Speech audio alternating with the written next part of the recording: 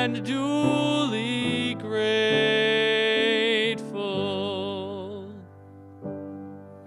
Happy Thanksgiving, everybody. I'm feeling very, very grateful. I'm even feeling grateful for COVID-19 that emptied this sanctuary, but it showed us that the building is closed, but the church is open. The synagogue, the mosque is open. Thank you to COVID for showing us that even in our vulnerable states, we can still be sharing and loving and caring and feeding and clothing. Thank you for showing us a love that surpasses all understanding. Thank you for showing us that when times get rough, sometimes we get stronger. Thank you for all of these blessings and many more in this season. And thank you that all things will pass, including the pandemic, but not the love, the eternity of the love in our spirits. Thank you for sharing it with us. May God bless. Happy Thanksgiving. Every year, the faith communities of Patchogue gather around this time to give thanks together. This year, it's a little different. We're doing things a little differently, as we are with everything, but I am grateful for many things, especially for the first responders and essential workers and all of those who have been working to help us, doctors, the nurses, and just people working to feed us, to help us in these difficult times. Thank you. I'm thankful to the faith communities and the spiritual leaders of our communities and our volunteers and ministers and all who help us to worship, to gather, and to help one another. Yo estoy muy agradecido por muchas cosas, por todas las personas que nos ayuden en tiempos difíciles. En esta día de acción de gracias, que tengamos un día, un tiempo muy feliz y lleno de bendiciones. On this Thanksgiving Day, at this time, may we all be filled with blessings and joy. Happy Thanksgiving to all. 2020 has certainly thrown us all some curveballs. The pandemic has challenged us to adapt to changing conditions and at breakneck speed. This year, I am most grateful for the gift of creativity. Creativity has given us the internet, and in particular Zoom, and all those other platforms that have made group communication possible. Because of Zoom, my congregation and I have been able to stay in touch and to worship together. The leadership committees of the parish have been able to meet virtually so that the business and programs of the church have been able to continue. Furthermore, having become accustomed to Zooming our church services, we will continue to share them with the homebound even after we've gone back to worship in person. Not only has Zoom facilitated parish life, I have found it to be helpful in connecting with family members and friends who live several hundred miles away. So thank you, Eric S. Yuan. And for all of us, happy Thanksgiving wherever you gather, virtually or in person. And above all, remember to stay safe. I'm thankful to know that peace and reassurance is only a quiet moment away. I've learned in my life that if I will just take a step back when I'm facing a challenge and just breathe in and breathe out, that I can feel of a peace and reassurance from above, that everything's going to be okay. It doesn't lift the challenge or remove me from the everyday trials that all of us face, but it does give me an added motivation to see whatever the challenge is through, knowing that on the other side I will be better for it. I'm grateful for this knowledge that I have, and I hope that all who listen to this message will take advantage of that same gift, because we are all entitled to it. We're all entitled to that sense of peace and reassurance that comes from a power that is bigger and more powerful than anything that we will ever face in this life.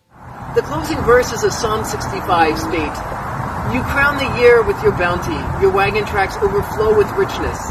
The pastures of the wilderness overflow, the hills gird themselves with joy. The meadows clothe themselves with flocks, the valleys deck themselves with grain. They shout and sing together for joy." The Psalms are a powerful testimony to the relationship one has with the Almighty. Throughout, there are feelings of anger, jealousy, worry, sadness, joy, and praise. In short, the Psalms reflect human life, whatever you are experiencing right now. It's hard to predict where we'll all be in a few weeks since I've recorded this message.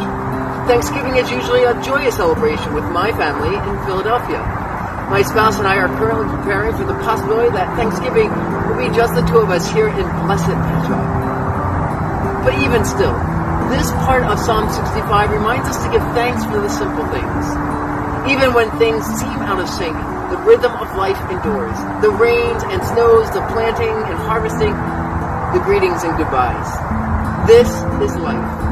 And so without knowing what the future holds, I give thanks for God and God's will, that while everything else seems to have changed so radically over the last few months, at least life endures. It continues in a repetition that never ends. Blessed Thanksgiving to you all.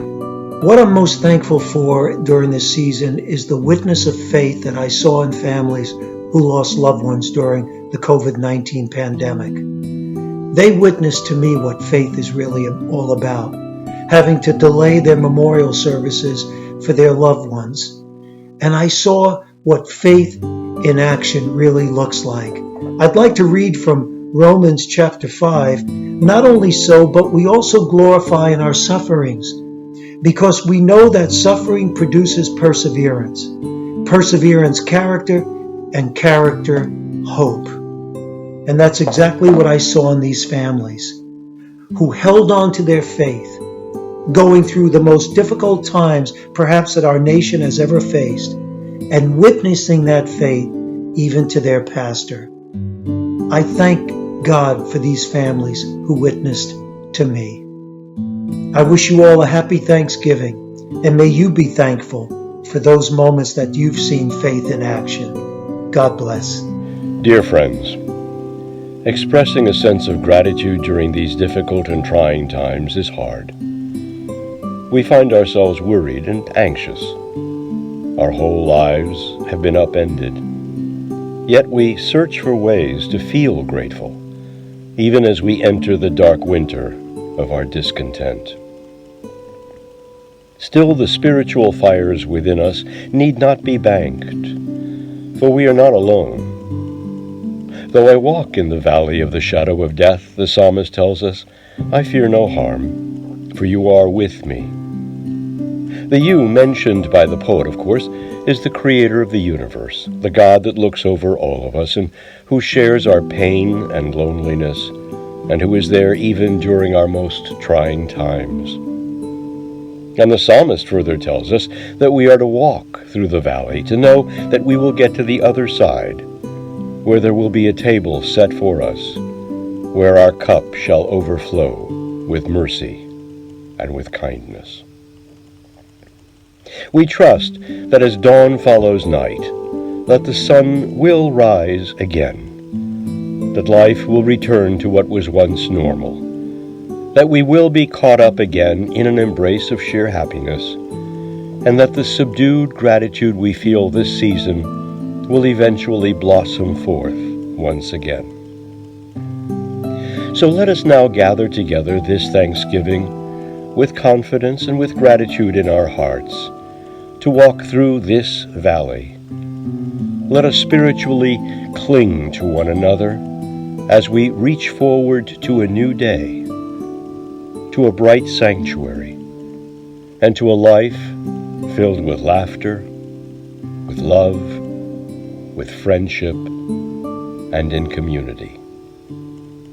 Amen.